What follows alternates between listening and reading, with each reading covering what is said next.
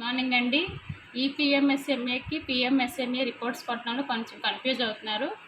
ఈపీఎంఎస్ఎంఏకి వచ్చేసరికి మనకి పోర్టల్లో అప్లోడ్ చేయాలండి. ఈపీఎంఎస్ఎంఏ అనేది పిఎంఎస్ఎంఏ అయిపోయిన మరుసటి రోజు ఎక్స్టెండెడ్ పిఎంఎస్ఎంఏ జరుగుతుంది.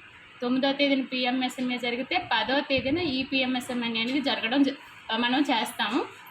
ఈపీఎంఎస్ఎంఏకి వచ్చేసరికి మనకి పోర్టల్ ఓపెన్ చేశాక పిఎంఎస్ఎంఏ మంత్లీ రిపోర్ట్ ఎలా అయితే క్లిక్ చేస్తామో దాని కిందనే ఈ పిఎంఎస్ఎంఏ అని ఉందండి. కిందన మీకు పిఎంఎస్ఎంఏ మంత్లీ రిపోర్ట్ కిందనే ఈ పిఎంఎస్ఎంఏ అని కూడా ఉంటుంది.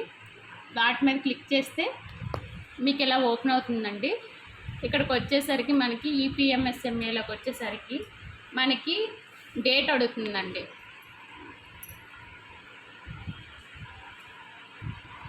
పిఎంఎస్ఎంఏకి వచ్చేసరికి మనకి ఎలా అయితే పైన సబ్మిట్ ఈ పిఎంఎస్ఎంఏ రిపోర్ట్ ఎలా ఉంటుందో ఈ పిఎంఎస్ఎంఏకి కూడా అలాగేనండి. సబ్మిట్ ఈ పిఎంఎస్ఎంఏ అనే క్లిక్ చేయాలి. సబ్మిట్ ఈ పిఎంఎస్ఎంఏ కొట్టాక మనకి ఫెసిలిటీ ఆల్రెడీ మీరు మీ లాగిన్లో ఉంటారు కాబట్టి ఆ లాగిన్లో మీకు ఫెసిలిటీ కనిపిస్తుందండి. సో అక్కడ మీరు ఎంట్రీ చేయాల్సిన అవసరం లేదు. తర్వాత డేట్ అనేది మాత్రం 10వ తేదీ అండి. మనకి ఎక్స్టెండెడ్ పిఎంఎస్ఎంఏ పిఎంఎస్ఎంఏ అయిన తర్వాత రోజు జరిగేదాన్ని ఎక్స్టెండెడ్ పిఎంఎస్ఎంఏ అని అంటాము. సో ఇక్కడికి వచ్చేసరికి మనకి ఏవైతే కాలమ్స్ ఉన్నాయో వాటిని ఇక్కడ ఎంటర్ చేస్తాం. మనకి యాజ్ పర్ గైడ్లైన్స్ మనకి ఏంటంటే పిఎంఎస్ఎంఏ రోజు అందరూ అటెండ్ అవుతారు, కానీ ఈ పిఎంఎస్ఎంఏ రోజు హై రిస్క్ ప్రెగ్నెంట్ ఉమెన్ని మనం మోటివేట్ చేసి వాళ్ళకి ఈ అవేర్నెస్ అనేది ఇస్తాము. పిఎంఎస్ఎంఏ చెకింగ్ చేస్తాము. అలాగే బ్లడ్ గ్రూప్స్ హెచ్ఐవి ఏమైనా ఉన్నా కూడా ఐడెంటిఫై చేసి చేస్తామండి.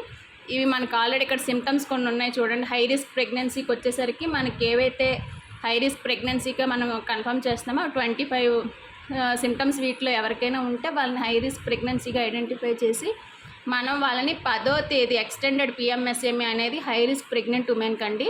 సో వీళ్ళని పిలిచి వీళ్ళకి మనం ఈ పిఎంఎస్ఎంఏ కండక్ట్ చేస్తాం. సో రిపోర్ట్ అంతా మనం సేమ్ పిఎంఎస్ఎంఏ ఎలా వేస్తామో ఈ పిఎంఎస్ఎంఏ కూడా అలాగే వేస్తాము.